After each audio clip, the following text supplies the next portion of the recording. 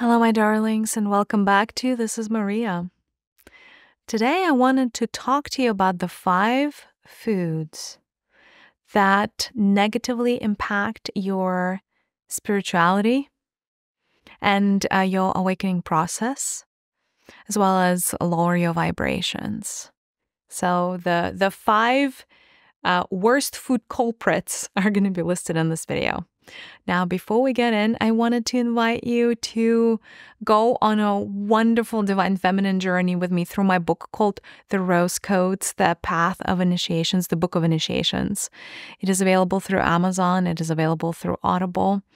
It is a journey that has been channeled, and it has everything to do with the Order of the Rose, which is the ancient order to which a lot of female priestesses, a lot of very strong women, a lot of spiritual women belonged. Mary Magdalene, Mother Mary were some of the beautiful spirits that walked the path of the rose. And so The Rose Codes is a book that has a lot of ancient keys around the mysteries of the feminine priestess path. And so if you feel called to this topic, I invite you to go on a journey with me with the Rose Codes. All right. And today, perhaps a little bit more of a mundane topic, but the 5 foods that kill your spirituality.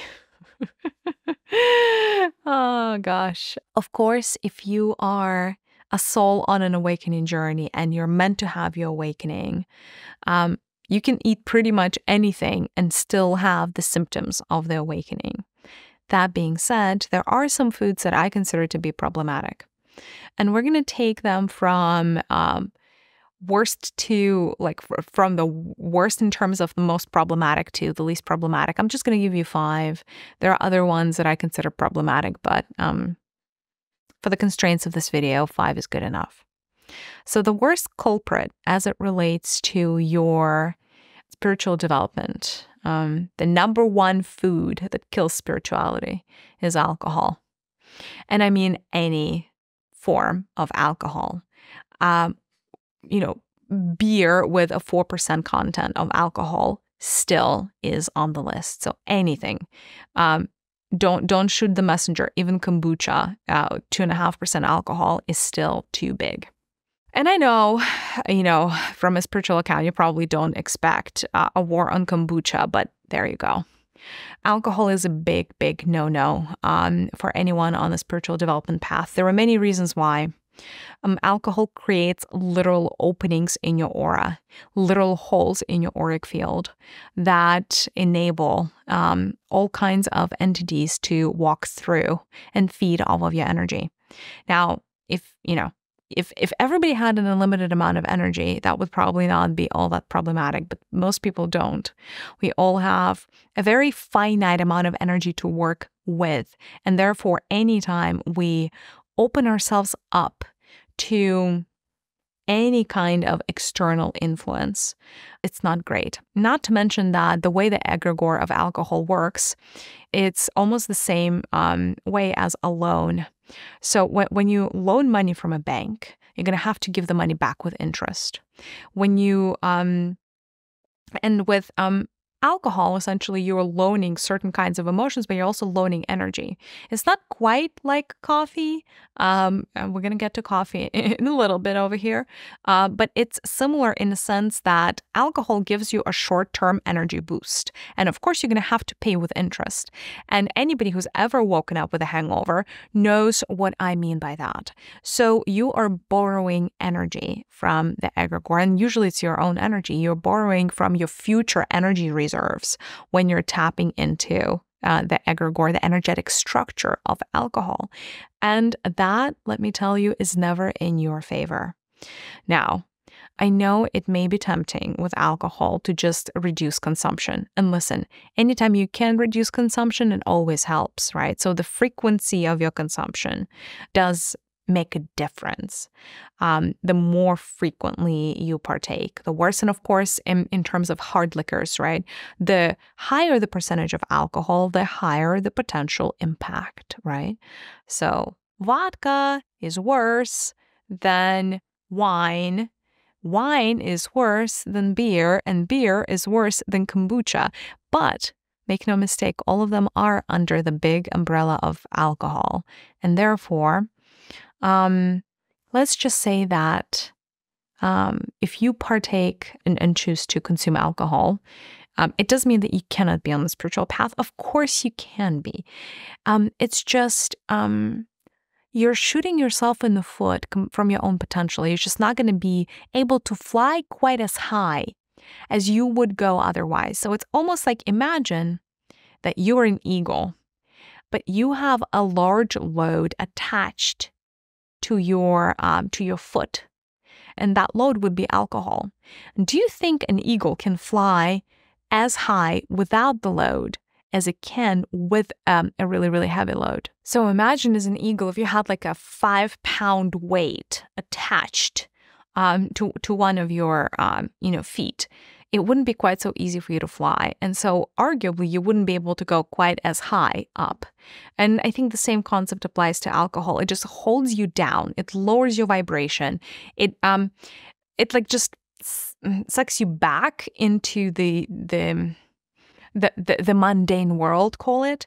And that's why it's a lot harder for you to maintain ties to the best of your ability with the outside world. So another thing that alcohol can do is, or rather it does always, is it does pollute your channel. So if you are a channel, if you're receiving information from the divine, if you are communicating to spirit guides, if you're also consuming alcohol, you're not going to have a very pure channel. In other words, there are always going to be distortions in the channel. And then because there are all of these entities that have access to your body, and the entities can shift the messages that you're getting. So alcohol, is probably the number one item that I would remove from your consumption list when you are on a spiritual journey. 2, all meats, all fish, and all seafood. So essentially anything that has the vibration of death and vibration of pain and vibration of suffering in it is not good for your personal vibration, is not good for your spiritual journey. I think it's self-explanatory at this point, but I will still spell it out nonetheless. You are what you eat. You are what you consume. If you consume a byproduct of pain, you're going to feel pain. If you consume, something that, was in fear, as it was being murdered, then you become fear. You are what you eat. You are what you consume. Vibrations are a tricky little thing. Anything and everything can get you down. It's a lot easier to go down than it is to go up. So when you're on a spiritual path, it takes so much practice. It takes so many hours of meditations. It takes just a lot of effort to climb up every little step of the ladder. And it's so much easier to go down. And when you're eating and when you're consuming flesh of animals that have been in turmoil, that have been in pain and suffering before they were murdered, and if you're putting that on your plate, if you're inviting that in your aura, that means you're going to be vibrating in those frequencies. Those frequencies are about as low as they get. We have our, if there was a spectrum of like -100 to +100 of the foods you can eat, the dead flesh is going to be like -80, -90, right, in terms of vibration. So how much do you have to climb in order for you to be even at the zero? Not to mention, right, that when you're consuming animal flesh, a part of you is also almost like inviting an animal consciousness within. There's nothing wrong with animal consciousness, but animals exist at a certain frequency, at a certain level of development. Nature does not go higher than the Anahata chakra, the green chakra, in terms of vibration. It literally cannot. So, the energies of the throat, the energies of the third eye, and the energies of the crown would be inaccessible to most animals. And therefore, when you're consuming that frequency, you're lowering your vibration. Not only does that block your higher chakras, quite literally. Again, it doesn't mean that. Now, I know there are a lot of clairvoyant people who consume meat. But again, the clarity of your channel is going to be impacted by the energy of death that you consume. The purity of your message is going to be impacted. Your own energy levels are going to be impacted. It's all like a vicious cycle. Not to mention that death and pain creates, it like breeds more of the same. And so that actually does breed disease in your body. Flesh of dead animals does breed disease in your body. Because like attracts more like. When you consume death, you become death. When you consume pain, you become pain, right? So by consuming beings that were in pain and had to die, you're consuming a frequency of a future illness or a future disease. Like attracts like. If you consume that multiple times a day, then multiple times a day you are a vibrational match to death. You choose, right? You have the capacity to choose. Human beings don't have to consume animal flesh in order to survive. And so it is a choice. So own it as a choice that you make and make those choices consciously. The third problematic product would be the Nightshades family. Now, tobacco is a really, really good example of a representative of the Nightshades family. Tobacco is known to cause cancer. The same substance that causes cancer in tobacco exists in all the other members of the Nightshades family. Nightshades are products such as tomato, potato, eggplant, and bell peppers. Those are all nightshades. There are products that when you consume, they bring light into your body. And then there are products that when you consume, they bring darkness into your body. Nightshades just happen to be the products that bring darkness into your body and darkness into your aura. Not only do they bring darkness into your aura, they have this uncanny ability to store it over time and accumulate that darkness over time. Up to 7 years. Right? So the potato that you consumed 7 years ago still lives in your aura today. And all of the darkness that it brought still lives in your auric field today. Nightshades are ever more so problematic the more you consume them. Because it is an additive effect. So they're like a slow poison. And the poison is so slow that modern day science hasn't yet really put the 2 and 2 together, that it is poisoning your body. That's from the physical perspective. From the energy perspective, they really lower your vibrations. Let's just say that there is an intention for every single being in existence. Every single being, every plant, every animal has an intention, a consciousness, the reason for being. And when I tap into the intention of the Nightshade family, that intention is not pro-Homo sapiens. That intention, that drive, that motivation is not pro-humans, right? So if you're looking at how the things are stacked, there are certain plants, there are certain, call them natural elements, that would really love to see the race of humanity thrive. And then there are other beings and other types of consciousness that would rather humanity did not thrive. And nightshades are on the opposite side of the table from humanity.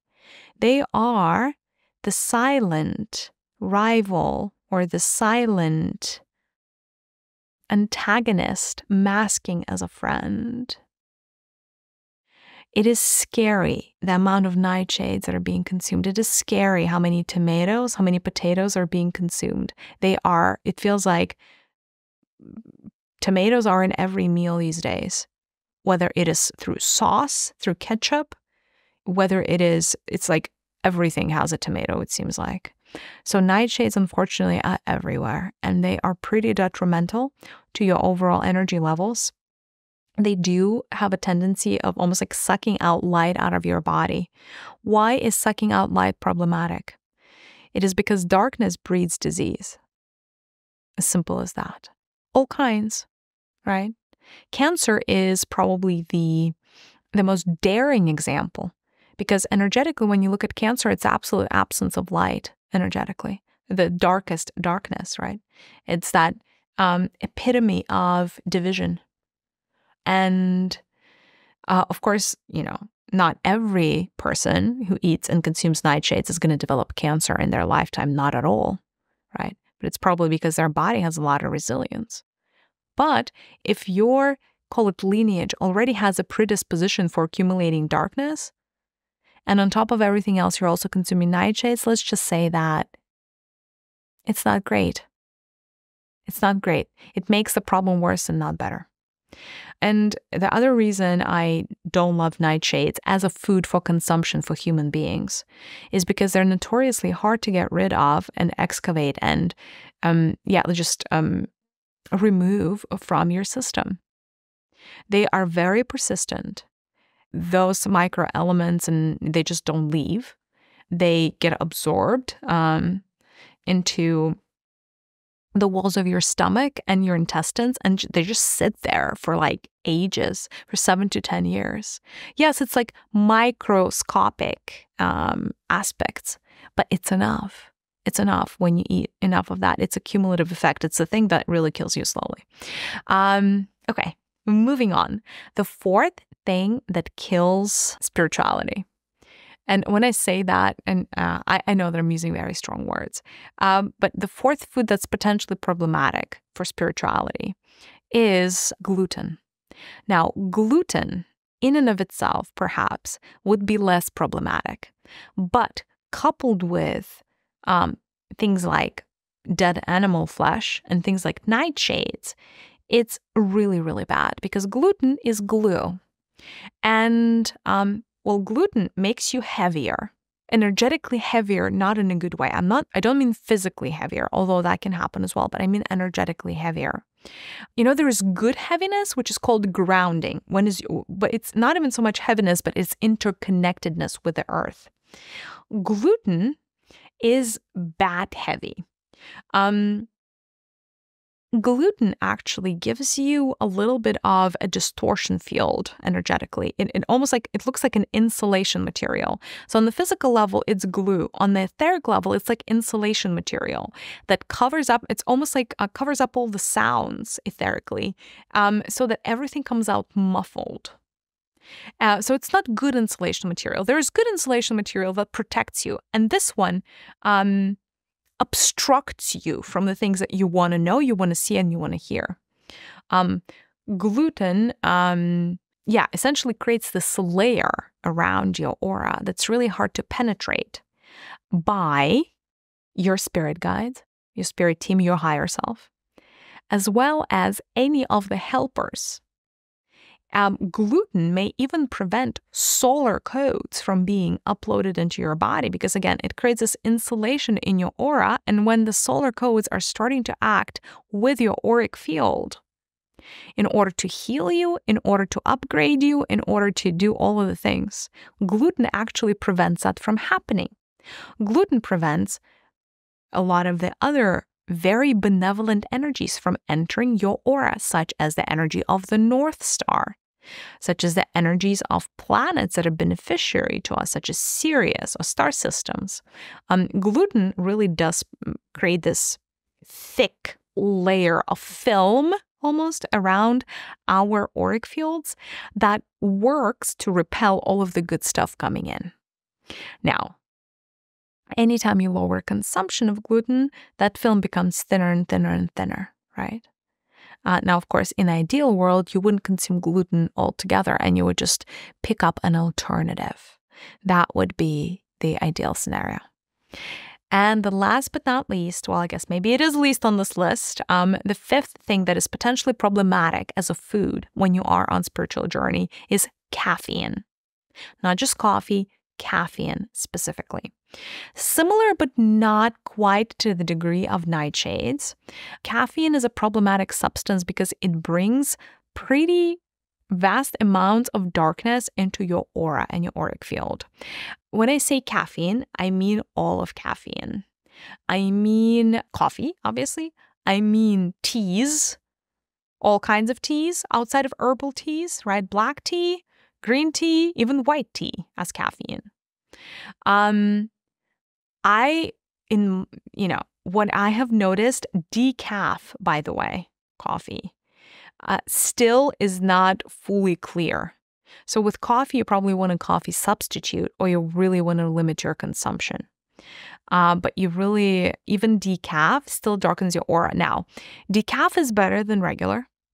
It's about 3-to-1 in terms of damage. So decaf is only 30% of the damage, call it, of the regular cup of coffee, but it's still not zero. It's still not clear, right? So any kind of caffeine. Now, it does lower your vibration. It does kind of like ground you and lower your vibration, usually to the solar plexus level. So potentially coffee is problematic if you would like to vibrate at, higher chakras. If it is important for you to always vibrate higher at the heart. So coffee does lower you back to the overachiever mode, which is to be expected, right? Like humanity relies on coffee to get going. But it is problematic, and not to mention that the amount of pesticides and other chemicals that end up in your coffee are just above and beyond disgusting. Right. And they cause all kinds of other hormonal disbalances in your bodies. But caffeine itself is problematic for spirituality. So the one thing you want to do with caffeine, if you can get rid of it, or you would prefer to still maintain it, is really limit your consumption. Half a cup a day to a cup a day.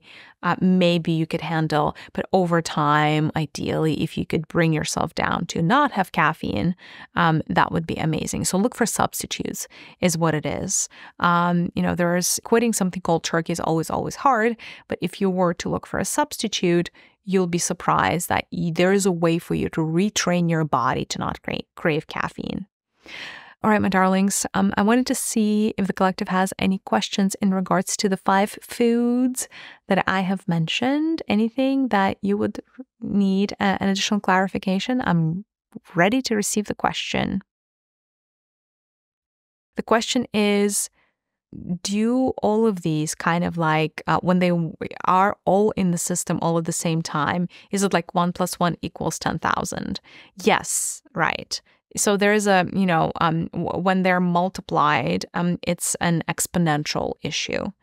For instance, when there is gluten and nightshades in the system together, it's problematic because, nightshades bring the darkness and they bring the disease, and they bring, parts of poison, essentially. They're edible poison.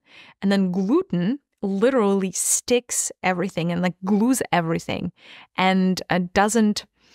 The problem with gluten, it prevents things from being excavated out of your system, right? So it holds on to stuff really, really well.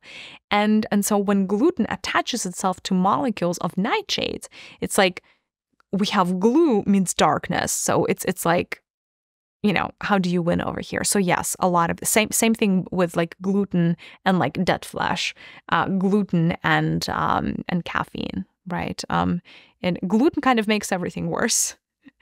And because of that, it's that one problematic food that it's almost like if we didn't have the glue in the system, it would be easier for everybody. Now, remember how I told you that gluten really prevents people from absorbing solar codes?